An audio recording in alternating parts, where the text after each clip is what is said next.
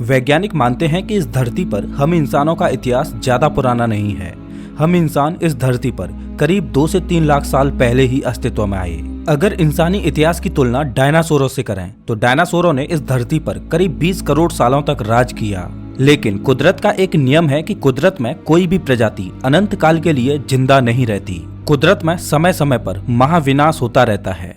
पृथ्वी की भौगोलिक स्थिति बदलती रहती है और नवनिर्माण का कार्य चलता रहता है। लेकिन प्रकृति में नवनिर्माण होता है उससे पहले पुरानी चीजों का अंत जरूर होता है। जब 6.5 करोड़ साल पहले एक एस्ट्रॉयड के टकराने से पृथ्वी पर 20 करोड़ सालों से राज कर रही डायनासोरों की प्रजाति इस धरती से गायब हुई तो उस महाप्रलय ने एक नवनिर्माण का कार्य किया। भले ही उस प्रलय में धरती से डायनासोरों का अंत हो गया हो, लेकिन डायनासोरों के खात्मे ने एक नई प्रजाति को विकसित होने का अवसर प्रदान किया और वो प्रजाति मैमल्स की थी। आज हम अपने आसपास सबसे ज्यादा मैमल्स को ही देखते हैं और खुद हम इंसान भी मैमल्स ही हैं जिन्हें विकसित होने का मौका डायनासोरों के खात्मे के बाद ही मिला। ये कहना गलत नहीं होगा कि अगर डायनासोरों का खात्मा नहीं होता तो आज हम इंसानों का भी अस्तित्व नहीं होता। समय समय पर पृथ्वी की गहराई में बीते हुए कल के अवशेष मिलते रहते हैं जो पृथ्वी के अतीत को उजागर करते हैं, जिनसे हमें पृथ्वी के इतिहास का पता चल पाता है। आज हम इंसानों ने इतनी तरक्की कर ली है कि हम चांद तक पहुंच चुके हैं, लेकिन हमारा ज्ञान अभी भी इतना सीमित है कि हम पृथ्वी के बीते हुए कल के बारे में कुछ भी नहीं जानते। लेकिन क्या हो अगर मैं आपसे कहूं कि अतीत में पृथ्वी पर हम इंसानों से भी ज्यादा बुद्धिमान प्रजातियां निवास कर चुकी हैं। क्या हो अगर मैं आपसे कहूं कि अतीत में पृथ्वी पर 20-20 फीट के दैत्याकार इंसान भी राज कर चुके हैं। और ये मैं नहीं बल्कि पृथ्वी की गहराई में मिले अवशेष बताते हैं। नमस्कार दोस्तों, मैं हूं श्याम तोमर। स्वागत करता हूं आपका इस वीडियो में। साल 1950 में यूएस आर्मी की एक टीम ने ग्रीस में एक 18 फीट लंबे इंसानी कंकाल की खोज की और अलास्का में एक बड़े इंसान की खोपड़ी मिली जिसका अकेला सिर ही 3 फीट का था। उसके बाद साल 1993 में मंगोलिया में माइनिंग का काम करते समय वहां के वर्कर्स को एक और इंसानी कंकाल मिला जिसकी लंबाई 20 फीट से भी ज्यादा थी। जब इन कंकालों पर रिसर्च हुई और कार्बन डेटिंग से इनकी उम्र पता की तो पता चला कि ये सभी कंकाल 1,25,000 साल से भी ज्यादा पुराने हैं। अब इन कंकालों से एक बात तो साफ होती है कि या तो लाखों साल पहले एक नॉर्मल इंसान की लंबाई 20 फीट से ज्यादा होती थी या फिर उस दौर में महामानवों का राज चलता था। अगर हम अपने धर्म ग्रंथों की बात करें तो उनमें भी बड़े बड़े राक्षसों का जिक्र किया जाता है। दुनिया की अलग अलग संस्कृति मानती है कि इस धरती पर महामानव राज कर चुके हैं। 1935 में हांगकांग में खुदाई के दौरान एक इंसानी दांत मिला जिसकी लंबाई आम इंसान के दांत से 5 गुना ज्यादा थी। खैर जो भी हो, लेकिन पृथ्वी की गहराई में मिले अवशेष ये जरूर बयां करते हैं कि अतीत में पृथ्वी पर महामानवों का राज चलता था। अगर हम पृथ्वी पर बने प्राचीन आर्किटेक्चरल स्ट्रक्चर्स को देखें तो वो भी अपने अंदर बहुत से रहस्यों को दबाए हुए हैं। अगर हम अपनी आज की मॉडर्न टेक्नोलॉजी से उनके ही जैसी इमारतें बनाने की सोचें तो वो काम हमारे लिए आसान नहीं होगा। हजारों साल पहले उन्होंने इतने बड़े बड़े स्ट्रक्चर्स बनाए, वो भी बिना किसी तकनीकी मदद के। इस बात पर विश्वास नहीं होता। लेबनान में बालबेक नाम का एक मंदिर है। इस मंदिर में रखे पत्थर इतने बड़े बड़े हैं कि उन्हें एक आम इंसान के द्वारा उठा पाना असंभव है। इस मंदिर की नींव में लगे प्रत्येक पत्थर का वजन 800 टन है और ये पत्थर इतने सटीक तरीके से लगे हुए हैं कि इनके जॉइंट पर एक ब्लेड को भी नहीं घुसाया जा सकता।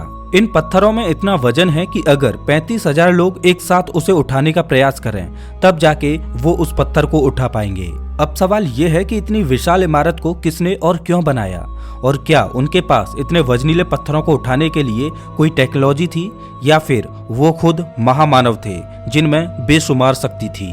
अगर हम ईस्टर आइलैंड की बात करें तो वहां पर प्राचीन समय की विशालकाय मूर्तियां मौजूद हैं। ये मूर्तियां इतनी मजबूत हैं कि अगर इनमें हथौड़े से भी मारा जाए तो भी इनमें खरोंच नहीं आएगी। और सबसे बड़ी बात तो ये है कि इन मूर्तियों का पत्थर ईस्टर आइलैंड में पाए जाने वाले पत्थरों से मेल नहीं खाता।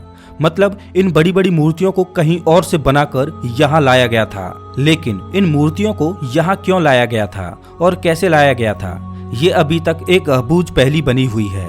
क्या इन मूर्तियों को बनाने वाले महामानव ही थे या कोई और?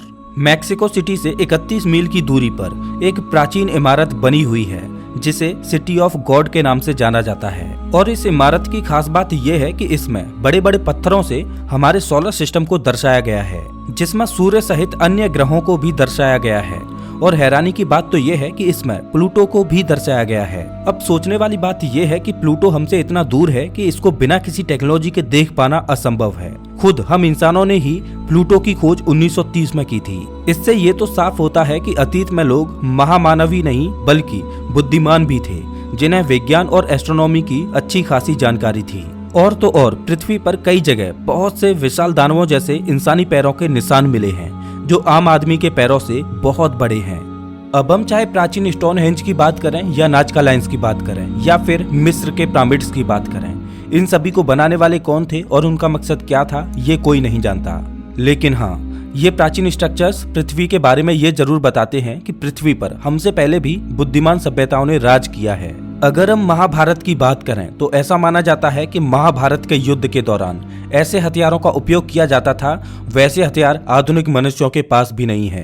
प्राचीन किताबों में उड़ने वाले विमानों का भी जिक्र किया जाता है। साल 2017 में पेन स्टेट यूनिवर्सिटी के प्रोफेसर जेसन राइट ने दावा किया कि इस बात की बहुत ज्यादा संभावना है कि आज के इंसानों से पहले भी पृथ्वी पर कोई और बुद्धिमान प्रजाति जरूर रही होगी। उन्होंने कहा कि इस धरती पर हम इंसानों का वजूद लाखों सालों से है, लेकिन अभी तक हमें खुदाई में जितने भी प्राचीन हथियार मिलते हैं वो मात्र कुछ ही हजार साल पुराने होते हैं। अब भला हम अपने पूर्वजों के इतिहास को ही कुछ हजार साल से ज्यादा नहीं देख पा रहे हैं, तो हम लाखों करोड़ों साल पहले पृथ्वी पर राज कर चुकी बुद्धिमान प्रजातियों के बारे में कैसे बता सकते हैं। दरअसल पृथ्वी पर समय समय पर तबाही आती रहती है, जैसे कि किसी उल्का का टकराना, सौर तूफान का हमला, ज्वालामुखी का फटना, बड़े स्केल पर भूकंप का आना, सुनामी का आना इत्यादि।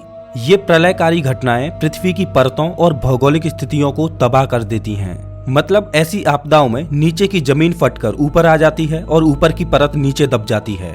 इसके साथ ही पृथ्वी पर राज कर रही सभ्यताओं के सबूत भी पृथ्वी के गर्भ में दफन हो जाते हैं। और पृथ्वी की भौगोलिक परिस्थितियां हमेशा बदलती रहती हैं। जैसे कि जहां आज जमीन है वहां कभी समुद्र बहा करते थे, और जहां आज समुद्र हैं वहां कभी मरुस्थल हुआ करते थे।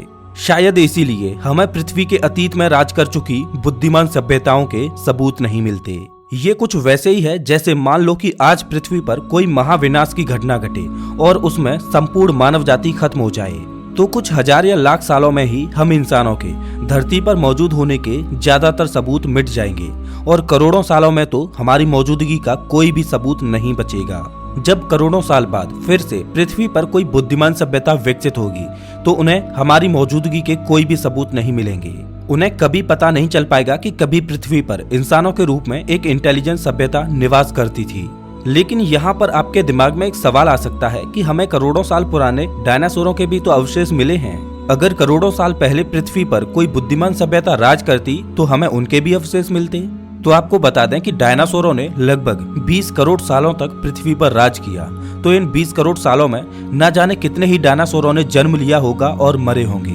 लेकिन हमें पूरी पृथ्वी पर कुछ 100 ही जीवाश्म मिले हैं, तो बाकी के अवशेष कहाँ गए?